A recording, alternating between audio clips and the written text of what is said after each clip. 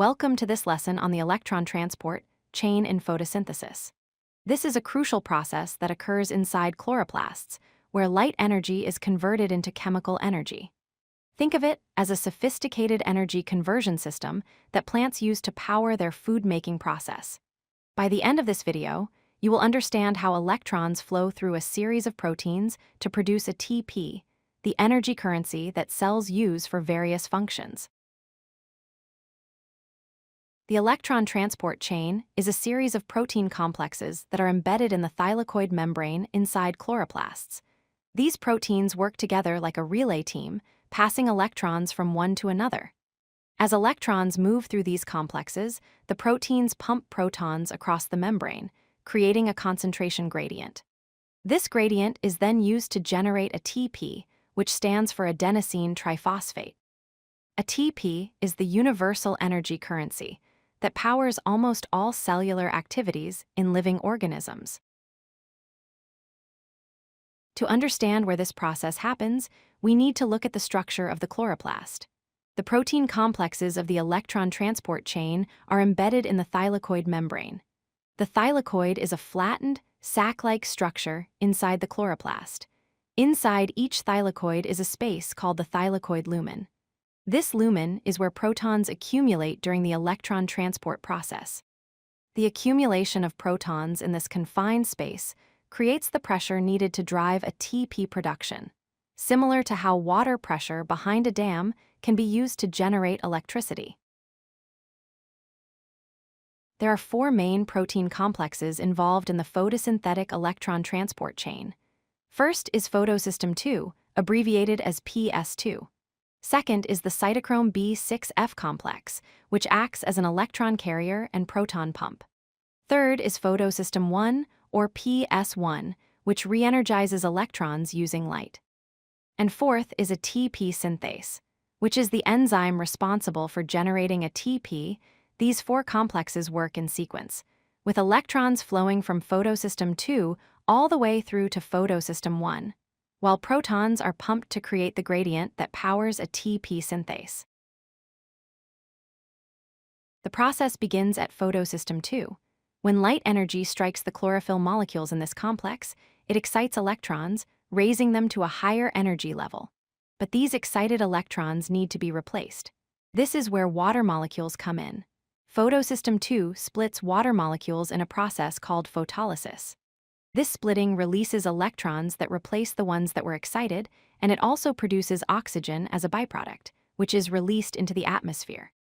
The high-energy electrons that were excited by light now enter the electron transport chain, beginning their journey through the protein complexes. After leaving Photosystem II, the high-energy electrons move through a mobile carrier molecule called plastoquinone. Plastoquinone shuttles the electrons to the Cytochrome B6F complex. As electrons pass through this complex, it uses their energy to pump protons from the stroma, which is the fluid surrounding the thylakoids, into the thylakoid lumen. This pumping action increases the concentration of protons inside the lumen, building up the proton gradient. After passing through the Cytochrome B6F complex, electrons continue their journey, moving toward Photosystem I. By the time electrons reach Photosystem I, they have lost some energy. At Photosystem I, light energy strikes again, re-energizing the electrons and boosting them to their highest energy level. These highly energized electrons are then transferred to a molecule called NADP+. When NADP+ accepts these electrons, along with a proton, it is reduced to form NADPH. NADPH is an important electron carrier that will be used in the next stage of photosynthesis, the Calvin cycle, where it helps to convert carbon dioxide into glucose. While electrons have been flowing through the chain, protons have been accumulating in the thylakoid lumen, creating a strong concentration gradient. These protons naturally want to flow back out to the stroma where their concentration is lower. However, the membrane is not freely permeable to protons. They can only flow through a specific channel, which is the ATP synthase enzyme. As protons flow through ATP synthase, the enzyme rotates like a turbine. This mechanical rotation provides the energy needed to combine a DP, adenosine diphosphate, with a phosphate group to form a TP. This process is called chemiosmosis. The electron transport chain produces two essential products. The first is a TP, which serves as the energy currency for cellular work.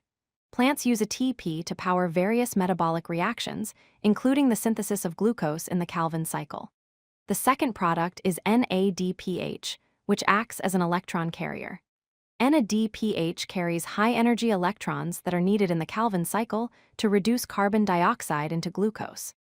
Both ATP and NADPH are produced during the light-dependent reactions of photosynthesis and are immediately used in the light-independent reactions, also known as the Calvin cycle.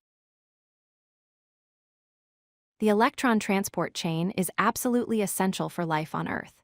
It converts light energy from the sun into chemical energy stored in a TP and NADPH. These energy-rich molecules then power the Calvin cycle, where carbon dioxide from the atmosphere is converted into glucose. Glucose is the primary energy source for plants and, through the food chain, for almost all other living organisms. Without the electron transport chain, plants could not produce the food and oxygen that sustain most life on our planet. This remarkable process demonstrates how efficiently nature can capture and convert energy to support life. If you like this video, hit that like button and don't forget to subscribe. Visit codelucky.com for more such useful content.